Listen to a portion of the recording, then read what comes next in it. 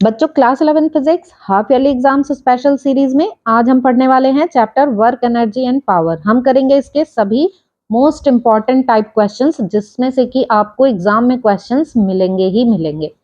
Side में बच्चों notes भी दिख रहे होंगे, ये नोट्स भी आपको मिल सकते हैं, इनकी डिटेल आपको स्क्रीन पर दिख रही होगी। ऐसे सभी चैप्टर्स के नोट्स आपको मिल सकते हैं। तो शुरू करते हैं। सीधी बात, नो बकवास। वर्क एनर्जी एंड पावर, सबसे पहले हम वर्क की डेफिनेशन समझ लेते हैं क्योंकि chapter work energy power in terms पर ही बेस्ड है, ये सब आपस में रिलेट करते हैं, तो हमें इनकी डेफिनेशन, इनका मीनिंग जरूर पता होना चाहिए। वर्क की डेफिनेशन आपने जो अभी तक पढ़ी होगी जनरली वो ये होगी कि it is the product of force and displacement in the direction of force. मतलब फोर्स लगाकर अगर किसी ऑब्जेक्ट को डिस्प्लेस किया जाता है फोर्स की डायरेक्शन में, तो फोर्स और डिस्प्लेसमेंट का जो प्रोडक्ट है उसको वर्क बोला जाता है। यहां हम इसको स्केलर प्रोडक्ट से डिफाइन कर लेते हैं कि work is the scalar product of force vector and displacement vector. W is equal to F dot D. अब डॉट प्रोडक्ट है, इसका मतलब वर्क स्केलर क्वांटिटी है, इसको एफ डी कॉस थीटा इस तरीके से लिख लेते हैं। तो ये मेन फॉर्मूला है वर्क के लिए। W को हम ऐसे भी लिख सकते हैं F cos theta into D. अगर हम इसका डायग्राम बनाएं तो आपने देखा होगा कि इस डायरेक्शन में डिस्प्लेसमेंट हो रहा है, फोर्स इस डायरेक्शन में लग रहा है, तो फोर्स का हम डिस्प्लेसमेंट की डायरेक्शन में कंपोनेंट लेंगे तो एफ कॉस थीटा आएगा। अब इस एफ कॉस थीटा और डी की मल्टीप्लाई कर दी तो ये आ गया एफ डी कॉस थीटा। अब जो क्वेश्चन पूछा जाता है, एक तो यूनिट के बारे में पूछा जाता है, एसआई यूनिट इसकी, एसआई यूनिट आपको पता ही है, जूल होती है, जिसको किलोग्राम मीटर स्क्वायर पर सेकेंड स्क्वायर इस तरीके से लिख सकते हैं। और सीजीएस यूनिट इसकी अर्ग होती है और इसको ग्राम सेंटीमीटर स्क्वायर पर सेकेंड स्क्वायर ऐसे लिखते हैं। इसकी यूनिट इलेक्ट्रॉन वोल्ट भी होती है, 1 electron volt is equal to 1.6 into 10 to the power -19 joule. तो अगर जूल को इलेक्ट्रॉन वोल्ट में कन्वर्ट करना होता है तो 1.6 इंटू 10 टू द पावर -19 से डिवाइड करते हैं। अब क्वेश्चन जो एक मेन पूछा जाता है, what are the different types of work done, explain with examples. तो जो वर्क डन है फिजिक्स में वो 3 टाइप्स का होता है। Positive work done, zero work done और negative work done. Positive work done का मतलब क्या है, यहां पर हम फॉर्मूला लिख लेते हैं, उससे हमें समझने में इजी रहेगा। W is equal to F D cos theta. इसकी हेल्प से देखेंगे कि ये W नेगेटिव कब आएगा। फोर्स और डिस्प्लेसमेंट का तो हम मैग्नीट्यूड ले रहे हैं तो ये तो नेगेटिव होंगे नहीं, तो क्या नेगेटिव हो सकता है, यहाँ कॉस थीटा नेगेटिव हो सकता है। मींस पॉजिटिव, नेगेटिव और जीरो वर्क डन किस पे डिपेंड कर रहा है, थीटा पर डिपेंड कर रहा है। तो पहले पॉजिटिव के लिए थीटा इस तरीके का होता है कि 0 हो या फिर 0 से बड़ा हो और 90 से छोटा हो। तो ये जो एंगल थीटा है ये 0 डिग्री होगा, मींस फोर्स की डायरेक्शन में ही डिस्प्लेसमेंट हो रहा होगा। 0 से बड़ा होने का मतलब क्या है कि सपोज यहाँ पर हमने कोई एक ब्लॉक रखा हुआ है, ये इस ब्लॉक पर फोर्स लग रहा है इस डायरेक्शन में और डिस्प्लेसमेंट हो रहा है इस डायरेक्शन में, और ये एंगल है थीटा। तो 90 एंगल यहाँ तक आएगा, तो मींस ये फोर्स इस 90 से कम कितने भी एंगल पर हो उसके लिए जो वर्क डन होगा वो पॉजिटिव ही होगा। एग्जाम्पल, जैसे कोई भी चीज पुश की जा रही है, जैसे यही एक एग्जाम्पल हो गया कि कुछ भी सरफेस पर रखा हुआ है, चेयर टेबल कुछ भी, उसको फोर्स लगाकर पुश किया जा रहा है या फिर पुल किया जा रहा है तो पॉजिटिव वर्क डन होगा। कोई चीज गिर रही है तो ग्रेविटी की वजह से पॉजिटिव वर्क डन है। कोई चीज हम उठा रहे हैं फोर्स लगा के, वहां पर हमारे फोर्स की वजह से भी वर्क डन पॉजिटिव है। इसको डिफाइन में इस तरीके से लिख सकते हैं, work done is positive if theta is equal और greater than 0 and less than 90। Zero work done के लिए बच्चों 3 कंडीशन आती हैं। हम यही फॉर्मूला देख रहे हैं एफ डी कॉस थीटा, तो इसमें ये W 0 कब हो सकता है, अगर F 0 हो, if F is equal to 0। या फिर d इज इक्वल टू 0 हो, या फिर theta is equal to 90 degree हो। तो इनमें से कोई भी एक कंडीशन होगी तो उस कंडीशन के लिए वर्क डन 0 हो जाएगा, क्योंकि W की वैल्यू 0 आनी चाहिए। तो अगर फोर्स नहीं लगाया जा रहा है, जैसे कि कोई ऑब्जेक्ट इंटरस्टेलर स्पेस में मूव कर रहा है, वहां पर कोई ग्रेविटी नहीं है, कोई फोर्स नहीं लग रहा है, लेकिन ऑब्जेक्ट ऐसे ही मूव करे जा रहा है यूनिफॉर्म स्पीड से, तो वहां डिस्प्लेसमेंट है लेकिन कोई फोर्स नहीं है, तो वर्क डन 0 है। नेक्स्ट है डिस्प्लेसमेंट 0, फोर्स लगाया जा रहा है पर डिस्प्लेसमेंट नहीं हो रहा है, जैसे किसी दीवार पे धक्का मार रहे हैं, किसी वॉल को पुश कर रहे हैं, तो वो तो हिलने वाली है नहीं, तो डिस्प्लेसमेंट नहीं है लेकिन फोर्स है, तो भी वर्क डन 0 है। और थीटा 90 का मतलब है कि फोर्स और डिस्प्लेसमेंट एक दूसरे के परपेंडिकुलर हैं। ये कब होता है, जैसे कि आप कोई बैग, सूटकेस कुछ भी कैरी कर रहे हैं और ऐसे रोड पे चलते जा रहे हैं, तो जो बैग है उसका वेट डाउनवर्ड डायरेक्शन में एक्ट कर रहा है, ये डाउनवर्ड डायरेक्शन में है और आप आगे चलते जा रहे हैं तो डिस्प्लेसमेंट इस डायरेक्शन में है। तो अब फोर्स और डिस्प्लेसमेंट के बीच में एंगल कितना बन गया, 90 डिग्री का है, तो उस केस में W 0 होता है। अब negative work done, negative work done में थीटा की वैल्यू किस तरीके से होगी, 90 से ज्यादा होगी, 180 से कम या 180 के इक्वल, क्योंकि cos 180 डिग्री -1 होता है। तो जब थीटा 90 डिग्री से बड़ा होगा और 180 के इक्वल या उससे छोटी वैल्यू वाला होगा तो cos थीटा नेगेटिव आ जाता है, तो वर्क डन भी नेगेटिव हो जाता है।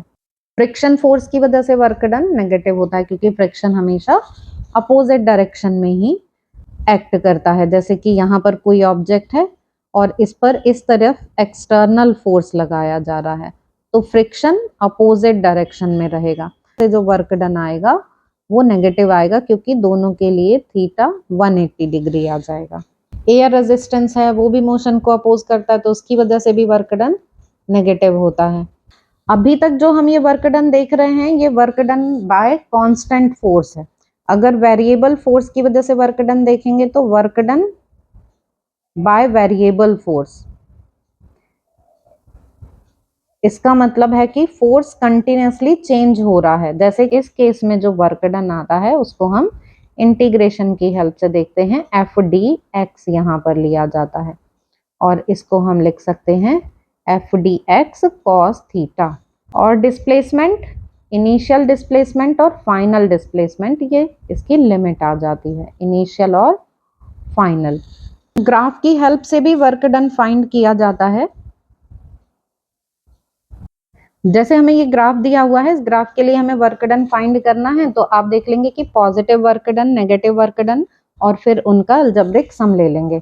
Means W is equal to W1 plus W2 plus W3, ऐसे कर देंगे और इनको विद साइन रख देंगे। जैसे इसके लिए हमने W1 माना, इसको W2 और इसको W3। अब W1 यहाँ इस एक्सेस पर हमें Y एक्सेस पर फोर्स दिया हुआ है और X एक्सेस पर हमको ये डिस्प्लेसमेंट दिया हुआ है, तो फोर्स इनटू डिस्प्लेसमेंट मीन्स हमें ये एरिया निकालना है। तो W1 के लिए एरिया, यहाँ तक ये रीडिंग है 5, 2 से 3 के बीच में ये 1 आ गया, तो यहाँ आ गया ये 5। उसके बाद W2 सेम वैल्यूज हैं, 3 से 4 तक ये 1 रहा और इधर ये 5 आ गया, लेकिन ये नेगेटिव आएगा, ये देख रहे हैं ना -5, यहाँ पर फोर्स नेगेटिव है इसलिए इसको -5 लिखेंगे। उसके आगे फिर ये W3 के लिए यहाँ पर 7 है, ये फोर्स जो है वो 7 न्यूटन, सपोज ये न्यूटन में फोर्स दिया हुआ है और एक्स हमको मीटर में दिया हुआ है, तो फिर इसके लिए W3 के लिए 4 से 5 1 और ये 7, तो ये +7, तो इस तरीके से 7 जूल ये आ जाता है। तो ग्राफ की हेल्प से हम इस तरीके से वर्क डन निकाल सकते हैं। कई बार ग्राफ इस तरीके से दिया रहता है, इसका मतलब है अगर ग्राफ आपको ऐसे स्ट्रेट लाइन दिया हुआ है तो इसका मतलब है फोर्स के साथ साथ डिस्प्लेसमेंट लीनियरली इंक्रीज कर रहा है, और अगर ये लाइन ऐसे हो जाए तो इसका मतलब से O से A तक क्या हो रहा है, O to A force increase हो रहा है, और A से B, A to B F है कांस्टेंट, फोर्स जितना भी लग रहा होगा वो फिक्स है। उसके बाद अगर ये ऐसे नीचे आ गया ग्राफ, इसका मतलब क्या है कि अब फोर्स डिक्रीज हो रहा है। इसको अगर C मान ले तो B to C F is decreasing, कि फोर्स अब कम किया जा रहा है। नेट वर्क डन आएगा, वो नेट वर्क डन ऐसे ही आएगा एरिया अंडर द ग्राफ करके, तो हमें इसका एरिया निकालना होगा। तो हम ऐसे 3 पार्ट में डिवाइड करके, ये 1 2 3 तीनों के लिए हम W1 plus W2 plus W3 करके हम नेट वर्क डन फाइंड कर सकते हैं इस ग्राफ के लिए भी। तो ये ग्राफ की हेल्प से वर्क डन हो गया। नेक्स्ट क्वेश्चन, इसके बाद काइनेटिक और पोटेंशियल एनर्जी को डिफाइन करना है विद एग्जांपल। काइनेटिक एनर्जी, किसी ऑब्जेक्ट में अगर उसके मोशन की वजह से कुछ वर्क करने की एबिलिटी है, मतलब मूविंग ऑब्जेक्ट में जो एनर्जी होती है, energy in a moving object is called its kinetic energy. Kinetic energy half mv square, कोई भी मूविंग ऑब्जेक्ट होगा सब में ही काइनेटिक एनर्जी होगी ही। Running water, moving car, bullet fired from gun, जो भी मूविंग ऑब्जेक्ट है सब में काइनेटिक एनर्जी होगी।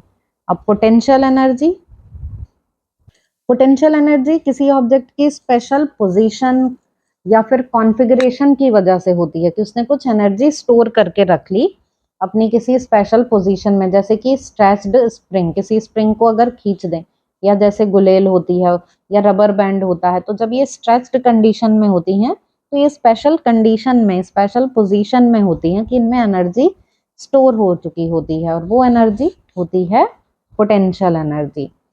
तो पोटेंशियल एनर्जी का फॉर्मूला ये mgh होता है, एनर्जी ही है इसलिए दोनों की यूनिट जूल ही होगी।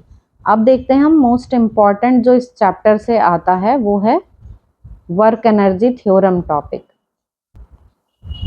अब देखते हैं इस चैप्टर से मोस्ट इम्पॉर्टेंट क्वेश्चन। बच्चों ये इस चैप्टर का बहुत ही इंपॉर्टेंट क्वेश्चन है, state and prove work energy theorem. हम इसे कांस्टेंट और वेरिएबल फोर्स दोनों के लिए करते हैं। कांस्टेंट के लिए तो काफी इजी है ये, तो यहाँ पर लिख लेते हैं हम फॉर कांस्टेंट फोर्स। जनरली यही पूछा जाता है और ये इजी भी होता है। कांस्टेंट फोर्स के लिए हम स्टार्ट करते हैं इसको थर्ड इक्वेशन से, v square is equal to u square plus 2as। इसको हम ऐसे लिख लेते हैं v square minus u square is equal to 2as। अब हम दोनों साइड हाफ m से मल्टीप्लाई कर देते हैं, ये v है और ये u है, half m v square minus u square, और यहाँ पर भी हाफ m 2as। 2 से 2 कैंसिल हो गया, यहाँ पर ये देखें आप तो ये हो गई इसकी half m v square final kinetic energy, half m u square initial kinetic energy, और इधर m a इंटू s। इसको हमने लिख लिया k final minus k initial, और इधर फोर्स इंटू डिस्प्लेसमेंट। अब फोर्स इंटू डिस्प्लेसमेंट क्या होता है, वर्क डन। तो ये W आ गया और इधर ये आ गया change in kinetic energy. Change in kinetic energy is equal to work done, यही है वर्क एनर्जी थ्योरम का स्टेटमेंट। क्या स्टेटमेंट है, change in kinetic energy is equal to the work done. यही हम वेरिएबल फोर्स से देख लेते हैं।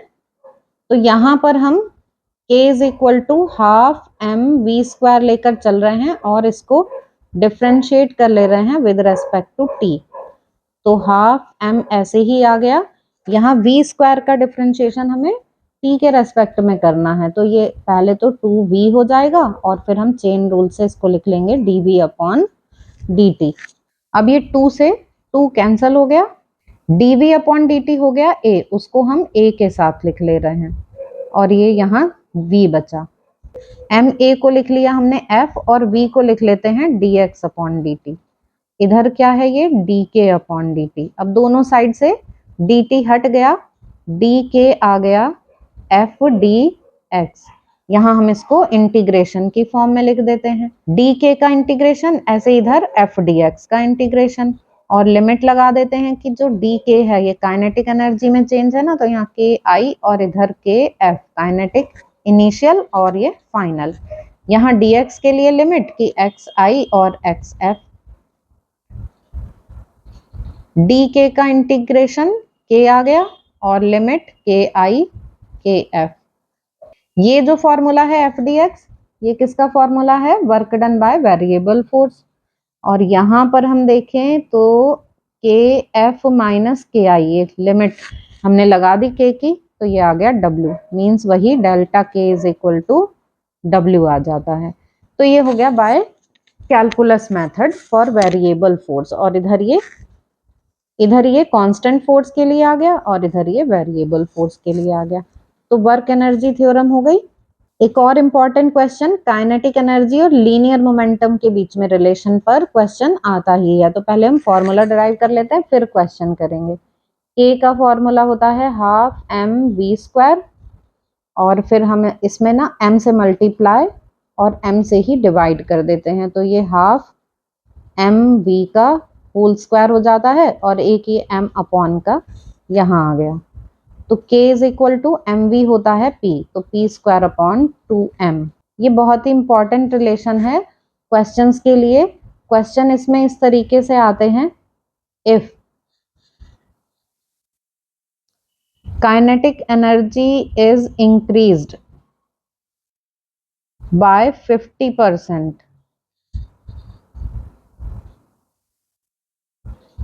what will be the change in its momentum? Momentum में कितना चेंज होगा अगर काइनेटिक एनर्जी को 50% इंक्रीज कर दिया जाए। इसी फॉर्मूले से हमारे पास रिलेशन आ जाता है फॉर कांस्टेंट m, मतलब अगर m में चेंज नहीं किया जा रहा है तो उस टाइम पर k1 अपॉन k2 इक्वल होगा p1 square upon p2 square के। तो जैसे इसका आंसर हमें देखना है कि काइनेटिक एनर्जी इंक्रीज कर दी है 50%, तो मीन्स इनिशियल काइनेटिक एनर्जी अगर k थी तो फाइनल काइनेटिक एनर्जी उससे 50% इंक्रीज हो गई, k का 50 अपॉन 100 इतना k में ऐड हो गया। तो ये आ गया 3k/2, मतलब k2 की वैल्यू 3k/2 आ गई। हमसे पूछा क्या है, मोमेंटम में कितना चेंज है, मतलब डेल्टा p हमें बताना है। तो p1 इज इक्वल टू, अगर p है तो p2 कितना है ये हम फाइंड करेंगे, तो हम इसी फॉर्मूले को यूज कर लेंगे। फॉर्मूले से हम p2 स्क्वायर की वैल्यू देखें तो p2 स्क्वायर क्या आ जाएगा, k2 upon k1 into p1 square. इसमें वैल्यूज रख लेते हैं, k2 की वैल्यू 3k/2 और k1 ये k हो गया इंटू p स्क्वायर, k से ये k कट गया तो मीन्स p2 स्क्वायर आ गया 3/2 p स्क्वायर। p2 की वैल्यू आ गई √1.5 p।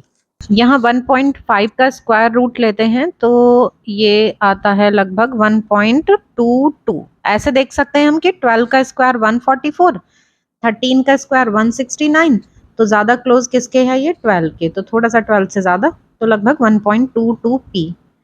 ये p2 की वैल्यू आ गई। अब हमें निकालना है कि मोमेंटम कितना चेंज हो जाता है, तो हम परसेंटेज चेंज इन p ये निकाल लेते हैं, delta p upon p1 into 100। Delta p means 1.22 p minus p, है ना, p2 माइनस p1 कर दिया ये हमने। p1 ये है p इंटू 100, यहाँ आ गया 0.22 p upon p into 100, p से p कैंसल, 22%, लगभग इतना चेंज मोमेंटम में आता है अगर काइनेटिक एनर्जी 50% चेंज कर दी जाए। तो यही मेथड है, इसमें कुछ भी क्वेश्चन चेंज कर सकते हैं कि पूछ लें काइनेटिक एनर्जी में कितना चेंज होगा अगर मोमेंटम में इतना चेंज कर दें, तो मेथड फॉर्मूले हमें यही लगाने हैं। नेक्स्ट क्वेश्चन, ये भी डेरिवेशन है और बहुत ही इंपॉर्टेंट है, मींस 3 मार्क्स में आने के लिए काफी इंपॉर्टेंट है, या लॉन्ग में भी आ सकता है इसके साथ कोई 1-2 पार्ट दूसरे अटैच करके। मैकेनिकल एनर्जी कंजर्व रहती है किसी फ्रीली फॉलिंग बॉडी के लिए, ये हमें यहाँ पर प्रूव करना है।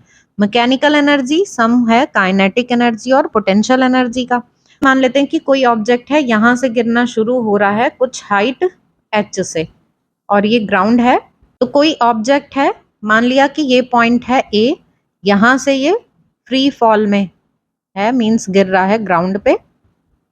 तो A से ये ग्राउंड पे गिरता है, मान लेते हैं बीच में ये पहले B पॉइंट पे आया, फिर ये C पॉइंट पे आ गया। तो A से C तक की हाइट h है, ये कि h हाइट से गिरना शुरू कर रहा है, तो स्टार्टिंग पॉइंट ए पर क्या होगा, इसकी इनिशियल वेलोसिटी 0 होगी। जब कोई फ्री फॉल में होता है तो इनिशियल वेलोसिटी 0 लेते हैं ना उसकी। अब ये मान लेते हैं कि ए से बी तक वो x डिस्टेंस कवर कर चुका है। जब तक वो बी तक पहुंचा तो बी पॉइंट तक पहुंचने में वो x डिस्टेंस कवर कर लेता है। तो अब बी से सी तक ये h माइनस एक्स हो गई बची हुई डिस्टेंस जो है। देखते हैं कि इसको हम कैसे प्रूव करेंगे। यहाँ हम करेंगे क्या, इसमें ये शो करने के लिए कि मैकेनिकल एनर्जी कंजर्व रहती है, हम ए पॉइंट, बी पॉइंट और सी तीनों पर मैकेनिकल एनर्जी कैलकुलेट करेंगे। अगर वो तीनों पॉइंट पर सेम आती है, इसका मतलब हर एक पॉइंट पर वो ए से लेकर सी तक इसकी मैकेनिकल एनर्जी सेम ही रहेगी, मींस कंजर्व रहेगी, कोई चेंज नहीं आएगा। तो पहले हम ए पॉइंट लेते हैं। ए पॉइंट पर इनिशियल वेलोसिटी है इसकी 0, इसलिए काइनेटिक एनर्जी कितनी होगी, काइनेटिक एनर्जी होती है हाफ एम वी स्क्वायर। तो means kinetic energy half M और वेलोसिटी है 0, तो काइनेटिक एनर्जी आ गई इसकी 0।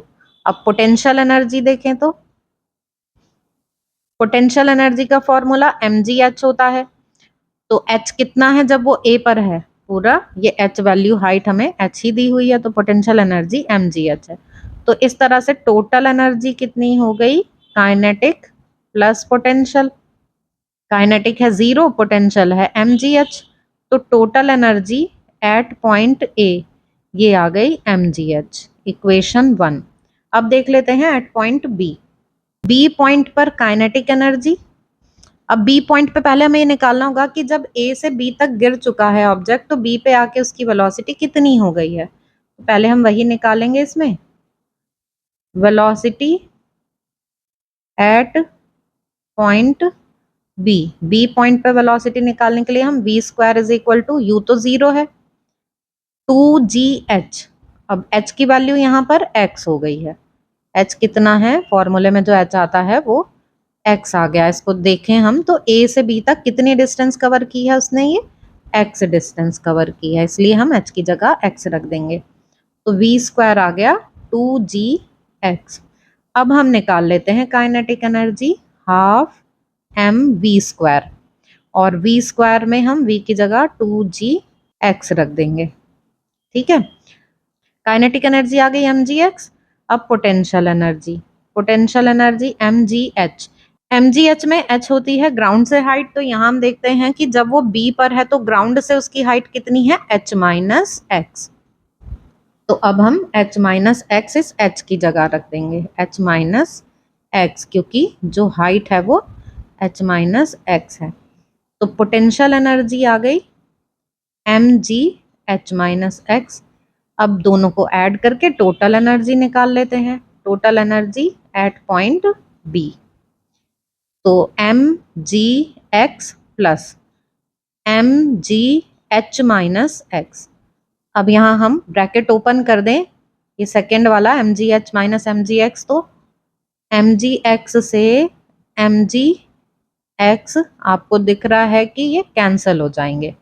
तो टोटल एनर्जी एट बी ये कितनी आ जाएगी, mgh। इसको हम इक्वेशन 2 बोल देते हैं। आपने देखा a पर भी कितनी है mgh, b पर भी mgh है। अब हम देख लेते हैं c पर, एट पॉइंट c। अब इसमें c पॉइंट पे देखें, जब ये ग्राउंड से हिट कर रहा है एकदम, तो इस c पॉइंट पे आके अब h तो कुछ बची नहीं, हाइट तो है ही नहीं, h की वैल्यू हो गई 0 mgh वाले फॉर्मूले में। वेलोसिटी चाहिए हमें कि कितनी वेलोसिटी से वो टकरा रहा है, velocity at point C. C पे उसकी वेलोसिटी कितनी होगी, V square is equal to, u तो 0 ही है, 2gh। अब वो h की वैल्यू मतलब कितना गिर चुका है, वो कितनी हाइट से गिरा है, h हाइट से गिरा है। तो वी स्क्वायर कितना आ गया, ये V square is equal to 2gh। तो वी स्क्वायर 2gh है। अब हम काइनेटिक एनर्जी देखते हैं, हाफ m, v को रख देंगे यहाँ, वी स्क्वायर को 2gh, 2 से 2 कैंसल, ये आ गया mgh काइनेटिक एनर्जी की वैल्यू। पोटेंशियल एनर्जी तो 0 ही आ जाएगी क्योंकि h है 0। अब टोटल एनर्जी देख लेते हैं, total energy at point C. C पर एनर्जी मतलब काइनेटिक प्लस पोटेंशियल, काइनेटिक है mgh, पोटेंशियल है 0, तो मीन्स यहाँ C पे टोटल एनर्जी है वो भी mgh ही आ गई, इक्वेशन नंबर 3। अब देखते हैं हम, ये है इक्वेशन नंबर 1, A पॉइंट पे टोटल एनर्जी mgh, फिर इधर ये total energy at point B, ये भी mgh इक्वेशन 2 से, टोटल एनर्जी एट C, ये भी mgh इक्वेशन 3 से। इक्वेशन 1, 2 और 3 से ये क्लियर हो गया है, total energy at A is equal to total energy at B is equal to total energy at C, और ये हर केस में कितना है mgh, that is total energy मतलब mechanical energy, mechanical energy remains conserved, तो मैकेनिकल एनर्जी कंजर्व रहती है, ये हमने प्रूव कर दिया। इसके लिए ग्राफ भी पूछ लिया जाता है, तो ग्राफ और देख लेते हैं कि इसको ग्राफ से कैसे रिप्रेजेंट करेंगे। इस साइड हम देख रहे हैं x की वैल्यू मतलब h की वैल्यू, और इस एक्सिस पर हम ले रहे हैं एनर्जी, चाहे काइनेटिक एनर्जी हो या पोटेंशियल हो या मैकेनिकल।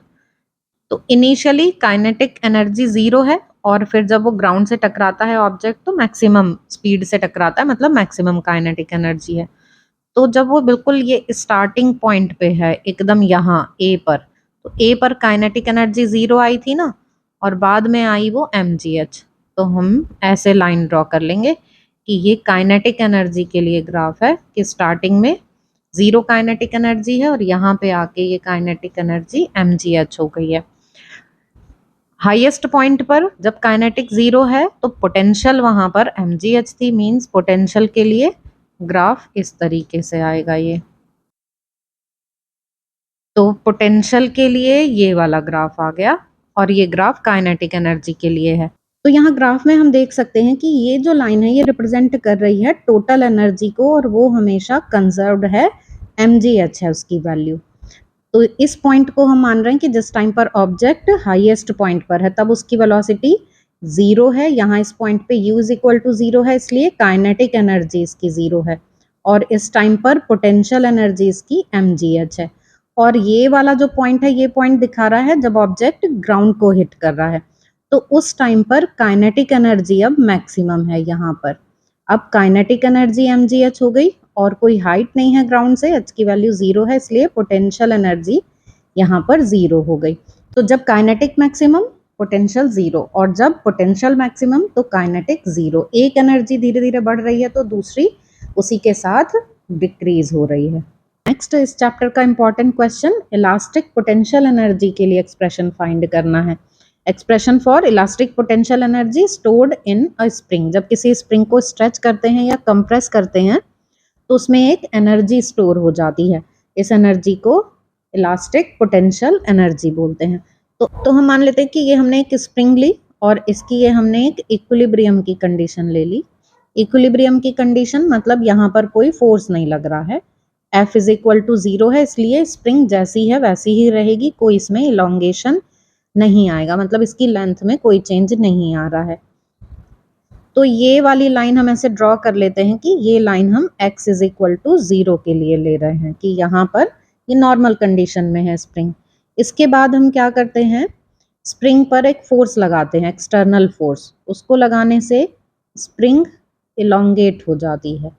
मान लेते हैं कि यहाँ F फोर्स लगाया तो ये x एक्सटेंशन आ गया, इसमें ये एक्सटर्नल फोर्स लगाया तो सेम टाइम पर इसमें स्प्रिंग फोर्स इसको वापस लाने की कोशिश कर रहा है, अपोजिट डायरेक्शन में आता है वो Fs, ये स्प्रिंग फोर्स है, रिस्टोरिंग फोर्स भी बोलते हैं इसको, तो इसकी डायरेक्शन अपोजिट है।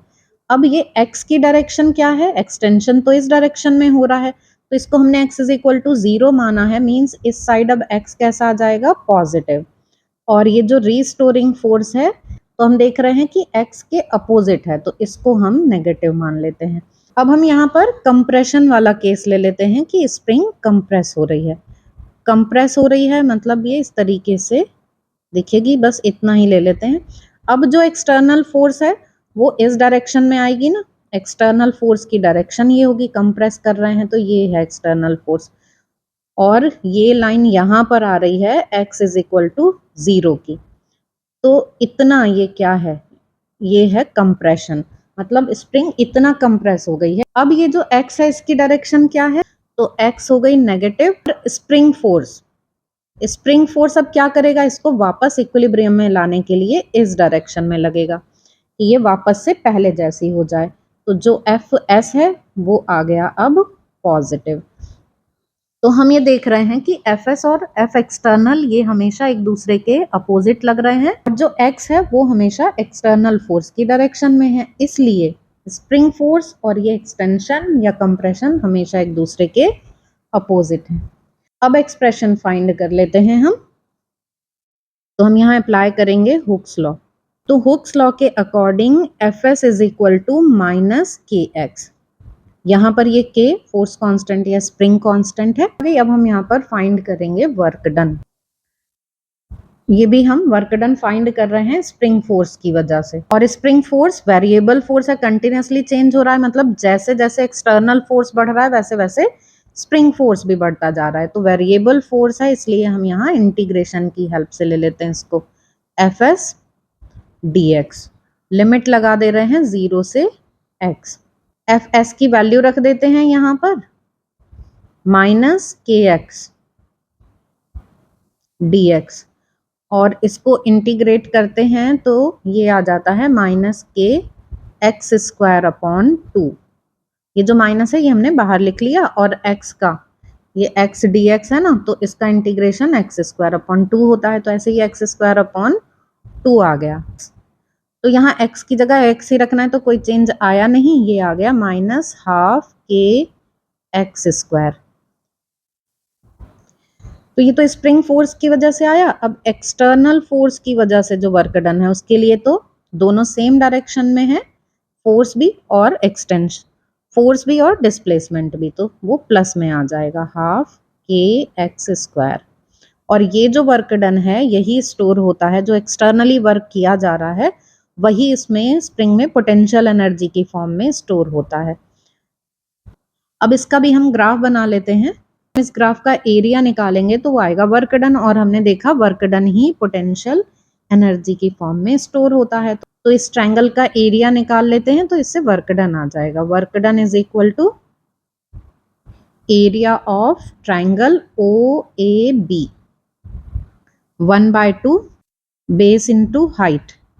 तो 1/2 बेस है ए बी, माइनस एक्स है ये बेस, और हाइट कितनी है इसकी एफ एस, ये हाइट हो गई। तो माइनस एफ एस की वैल्यू रख देते हैं, -1/2 एक्स है, एफ एस हो गया के एक्स, क्योंकि एक्स हम ऑलरेडी नेगेटिव ले चुके हैं इसलिए अब हम यहाँ पर जस्ट के एक्स रखेंगे। जो डब्ल्यू है ये स्प्रिंग फोर्स की वजह से ले रहे हैं हम, तो स्प्रिंग फोर्स की वजह से वर्क डन आ गया माइनस हाफ के एक्स स्क्वायर। तो ये सेम वैल्यू हमने यहाँ ऊपर देखी थी। तो स्प्रिंग फोर्स की वजह से ये वर्क डन और एक्सटर्नल फोर्स की वजह से ये वर्क डन। तो ये जो इलास्टिक पोटेंशियल एनर्जी है ये हमेशा पॉजिटिव रहेगी, इसमें हम ये ध्यान देंगे। नेक्स्ट क्वेश्चन है define power, right it's SI unit, find relation between force and power. मतलब हमें P और F में रिलेशन और फाइंड करना है। पावर को हम ऐसे डिफाइन कर सकते हैं, the rate of doing work is called power.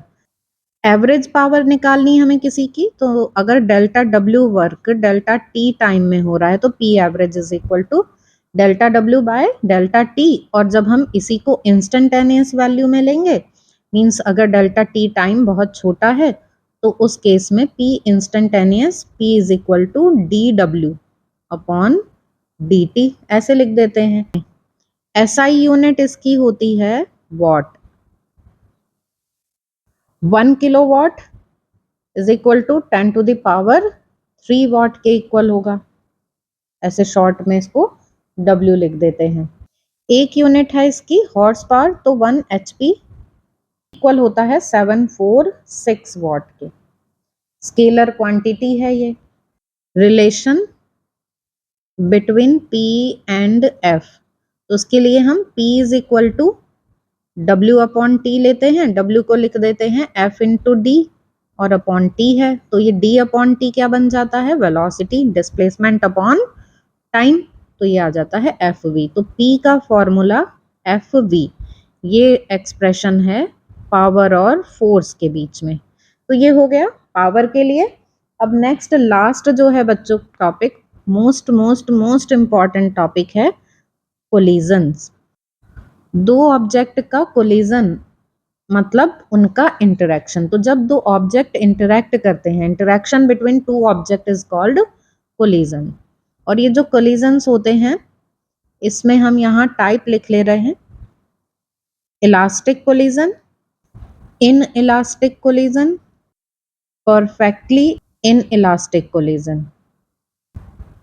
ये जो इलास्टिक कोलिजन है ये वो कोलिजन है जिसमें कि काइनेटिक एनर्जी और मोमेंटम ये कंजर्व रहता है। Kinetic energy and momentum remain conserved. आप समझ गए ना कि कंजर्व मतलब कांस्टेंट रहता है, कोई चेंज नहीं आता। तो इन इलास्टिक कोलिजन में काइनेटिक एनर्जी तो कांस्टेंट नहीं रहती है, मोमेंटम कंजर्व रहता है, P is conserved. Perfectly in elastic collision में P कंजर्व रहता है और साथ में जो दो ऑब्जेक्ट हैं जो इंटरेक्ट कर रहे हैं वो ज्वाइन हो जाते हैं। P कंजर्व रहता है एंड बॉडीज ज्वाइन टुगेदर। अब वो एक साथ मूव करती हैं या रेस्ट में भी आती हैं, मान लो कोलिजन के, तो वो ज्वाइन हो जाती हैं। एग्जाम में जो सबसे ज्यादा पूछा जाता है वो है ये elastic collision in one dimension. तो यहाँ पे हम देख रहे हैं कि हमने ये दो बॉडीज ली हैं, m1 m2 उनके मासेस हैं, u1 u2 उनकी इनिशियल स्पीड है। ये है before collision,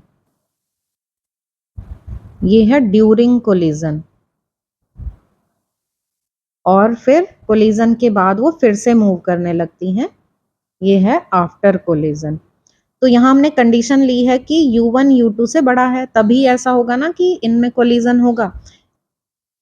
for elastic collision, elastic collision में क्या होता है, इलास्टिक कोलिजन में मोमेंटम कंजर्व रहता है। इसका मतलब initial momentum is equal to final momentum. अब इनिशियल मोमेंटम कितना है इसका, m1 u1 plus m2 u2, ये इक्वल होगा m1 v1 plus m2 v2 के।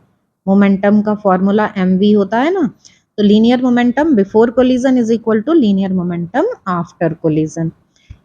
इससे हम इक्वेशन थोड़ा सा इस तरीके से लिख लेते हैं कि m1 u1, अब ये दूसरी साइड जो m1 v1 है उसको भी इधर ले आते हैं, तो ये m1 v1 इधर ले आए हम, और उधर बचा m2 v2, और यहाँ से ये m2 u2 को हम दूसरी साइड ले गए, तो ये माइनस में m2 u2 उधर आ गया। अब इसमें से m1 कॉमन आ गया और यहाँ u1 माइनस v1 बचा, दूसरी साइड m2 कॉमन आ गया और यहाँ v2 माइनस u2 ये ब्रैकेट में आ गया। इसको हम लिख देते हैं, ये इक्वेशन 1 है। Also kinetic energy is conserved, kinetic energy भी कंजर्व है, इसलिए half m1 u1 square plus half m2 u2 square is equal to half m1 v1 square plus half m2 v2 square. इसको भी हम जैसे हमने ये इक्वेशन 1 लिखी इसी तरीके से लिख लेते हैं, हाफ दोनों साइड से कैंसिल हो जाएगा, m1 कॉमन लिया और u1 square minus v1 square आ गया। ये वाली साइड हमने, ये वाली टर्म हम लेफ्ट साइड में ले आए और ये वाली टर्म हम राइट साइड में ले गए, तो m2 और यहाँ आ गया ये v2 का स्क्वायर माइनस u2 का स्क्वायर, ये इक्वेशन नंबर 2। अब हम इक्वेशन 2 को डिवाइड कर दे रहे हैं इक्वेशन 1 से। तो जब हम डिवाइड करेंगे, ये आप देखें ये 1 है और ये 2 है, तो m1 से m1 कट गया लेफ्ट साइड में, और हमारे पास क्या बचता है ऊपर, u1 square minus v1 square, और अपॉन में आ जाता है u1 minus v1। Right side में m2 से m2 कट गया और ऊपर v2 square minus u2 square, और अपॉन में आ गया ये v2 माइनस u2। अब यहाँ हम फॉर्मूला लगा देते हैं a square minus b square का, और वो होता है a plus b, a minus b, तो means u1 plus v1 u1 minus v1 upon u1 minus v1, और इस साइड ऐसे ही ये आ गया v2 प्लस u2, और यहाँ v2 minus u2 upon v2 minus u2। तो अब u1 माइनस v1 से ये कट गया, ऐसे ही इस साइड ये कट गया, बचता क्या है हमारे पास, u1 plus v1 is equal to v2 plus u2। अब इसमें हम u वाले मतलब इनिशियल वेलोसिटीज एक साइड कर लेते हैं और फाइनल वेलोसिटी दूसरी साइड, तो u1 माइनस u2 आ जाता है v2 माइनस v1। ये क्या है, रिलेटिव वेलोसिटी बिफोर कोलिजन, ये क्या है, रिलेटिव वेलोसिटी आफ्टर कोलिजन। अब इसके बाद बोलते हैं कि दोनों की वेलोसिटीज और बताओ, वेलोसिटीज ऑफ सेपरेशन की वैल्यूज निकालो, v1 v2 की वैल्यू। जैसे पहले हम फाइंड करना चाहते हैं वैल्यू ऑफ v1, तो ये जो इक्वेशन 3 है इसको लिख लेते हैं,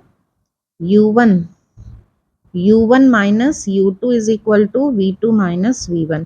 अब हमें जो वेलोसिटी फाइंड करनी है उससे दूसरे की वैल्यू हम यहाँ निकाल लेते हैं, क्योंकि एलिमिनेशन मेथड यूज करेंगे। तो यहाँ से v2 आ गया u1 minus u2 plus v1, this value, इस वैल्यू को हम पुट करेंगे जो कंजर्वेशन ऑफ लीनियर मोमेंटम की सबसे पहली इक्वेशन थी, m1 u1 plus m2 u2 is equal to m1 v1 plus m2 v2।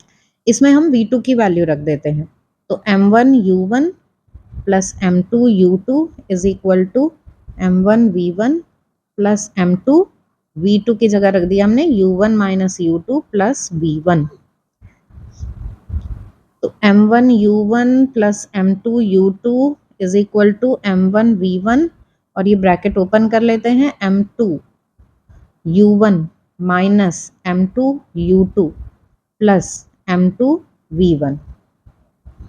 अब यहाँ पर ये m2 u2 है, ये भी m2 u2 है, इस साइड ये माइनस का है तो दोनों एक साइड आएंगे तो ये प्लस में हो जाएंगे। हमें वैल्यू किसकी चाहिए, v1 की, तो v1 वाली टर्म हम एक साइड छोड़ देते हैं और बाकी सब एक साइड ले आते हैं। तो हमें चाहिए v1, तो ये v1 चाहिए हमें, तो v1 की वैल्यू क्या आ जाएगी, m1 minus m2 u1 plus 2 m2 u2 upon m1 plus m2, ये v1 के लिए फॉर्मूला आ जाता है। अब v2 की वैल्यू फाइंड करने के लिए हम क्या करेंगे, v1 की वैल्यू निकालेंगे, और सेम तरीके से मतलब जैसे हमने इस इक्वेशन से यहाँ v2 निकाला था, तो अब हम यहाँ v1 निकालेंगे। तो v1 आप देखिए क्या आएगा, v1 को हम ले आते हैं लेफ्ट में, बाकी सबको राइट में, तो v2 minus u1 plus u2, ऐसे ही m2 u2, ऐसे ही इस साइड m1 और v1 की जगह ये v2 minus u1 plus u2, और ये लास्ट टर्म m2 v2 ऐसे ही। अब हमें v2 वाली टर्म सारी एक साइड कर लेनी है, तो पहले ये ब्रैकेट ओपन कर लेते हैं, इस साइड ये ऐसे ही लिख लेंगे, और यहाँ ये दूसरी साइड में ब्रैकेट ओपन किया तो m1 v2 minus m1 u1 plus m1 u2, और ये लास्ट टर्म m2 v2।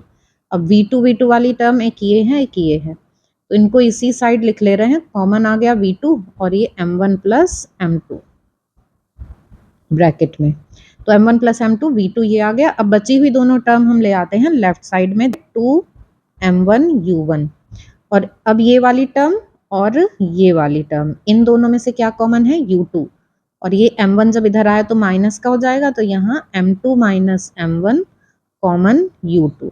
अब हम यहाँ से v2 निकाल लेते हैं, तो v2 को हम लिखेंगे इस तरीके से, m2 minus m1 u2 plus 2 m1 u1 upon m1 plus m2, mean separate होंगे जब दो ऑब्जेक्ट आफ्टर कोलिजन, तो v1 की वैल्यू इतनी और v2 की वैल्यू ये आ जाएगी। v1 v2 पहली बॉडी और दूसरी बॉडी की वेलोसिटीज हैं आफ्टर सेपरेशन। तो यहाँ पर हम एक ये स्पेशल कंडीशन लेते हैं कि अगर पहला ऑब्जेक्ट u स्पीड से चल रहा है और दूसरा रेस्ट में है फॉर आइडेंटिकल मास, मतलब m1 m2 के इक्वल है, तो उस केस में क्या होता है, सेपरेशन की वेलोसिटीज इस तरीके से हो जाती है कि v1 पहला जो मास है वो रेस्ट में आ जाता है और दूसरा मास u स्पीड से चलने लगता है, मतलब पहले वाले की स्पीड ले लेता है वो। ये हम इस फॉर्मूले से देख सकते हैं कि m1 m2 अगर हम इक्वल रख दें तो ये m1 माइनस m2 वाला ब्रैकेट तो जीरो हो जाएगा, और बाकी यहाँ 2m आ गया अपॉन में, और ये 2m ऊपर वाले 2m से कैंसिल हो जाता है, तो क्या बचता है, v1 is equal to u2 बचता है। मीन्स जो v1 है वो u2 के इक्वल हो गया, और जो v2 है वो u1 के इक्वल आ जाता है। तो यहाँ पर हमको दो डिफरेंस और देख लेने हैं, कंजर्वेटिव और नॉन कंजर्वेटिव फोर्सेस में क्या डिफरेंस है, इलास्टिक और इनइलास्टिक कोलिजन में क्या डिफरेंस है। बच्चों कंजर्वेटिव और नॉन कंजर्वेटिव फोर्सेस में, कंजर्वेटिव फोर्स वो होते हैं जिनकी वजह से जो वर्क डन है वो पाथ पर डिपेंड नहीं करता है। तो कंजर्वेटिव फोर्सेस में जो वर्क डन है वो पाथ से इंडिपेंडेंट होता है, जैसे ग्रेविटेशनल फोर्स की वजह से वर्क डन वो पाथ पर डिपेंड नहीं करता। नॉन कंजर्वेटिव में वो पाथ पे डिपेंड करता है, जैसे फ्रिक्शन फोर्स की वजह से वर्क डन पाथ पे डिपेंड करता है। तो इस तरह से बच्चों हमने ये चैप्टर के सारे डेरिवेशन और इम्पोर्टेंट कुछ क्वेश्चंस कवर कर लिए हैं। अब आप यहाँ पर कुछ और क्वेश्चंस भी देख रहे होंगे।